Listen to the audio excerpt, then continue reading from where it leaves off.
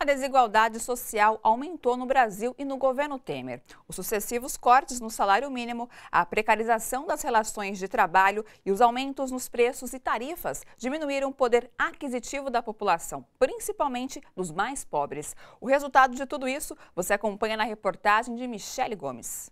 O ganho dos 8,5 milhões de trabalhadores que recebem os maiores salários no país representa 41,1% de toda a renda salarial, de acordo com o levantamento da LCA Consultores, a partir de dados do IBGE.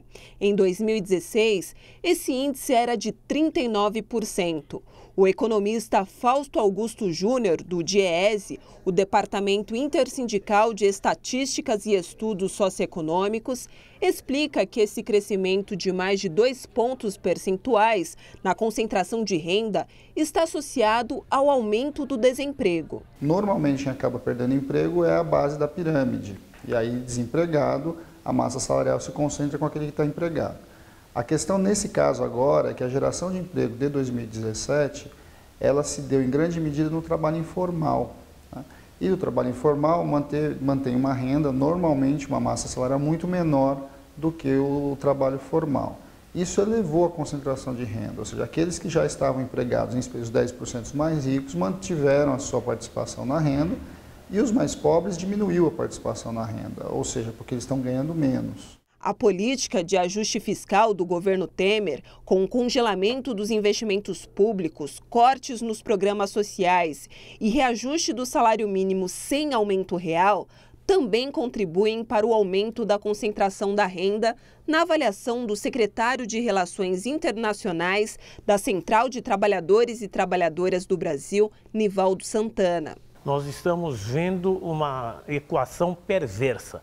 Aumenta o desemprego, retira direitos e arrocha salário. Então, essa precarização do trabalho e esse reajuste vergonhoso do salário mínimo, o menor das últimas décadas, demonstra que uma das razões do governo golpista assumir o poder foi fazer o jogo do capital contra o trabalho.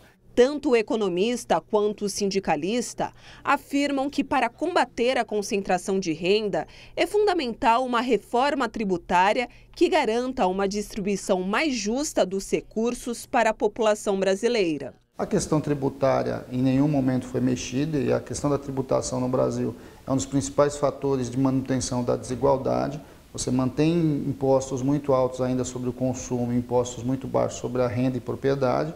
Isso o governo não se dispôs a mexer, ele fala tanto em reforma, mas não mexe na questão da tributação, em especial para os mais ricos. Nós precisamos fazer uma reforma tributária progressiva, porque a reforma tributária é um dos principais instrumentos de distribuição de renda.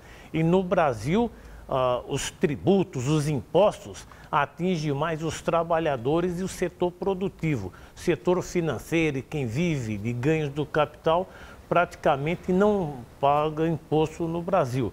Então, na nossa opinião, só com uma nova agenda, com um novo governo que priorize o desenvolvimento com valorização do trabalho, nós vamos conseguir diminuir a desigualdade social no Brasil.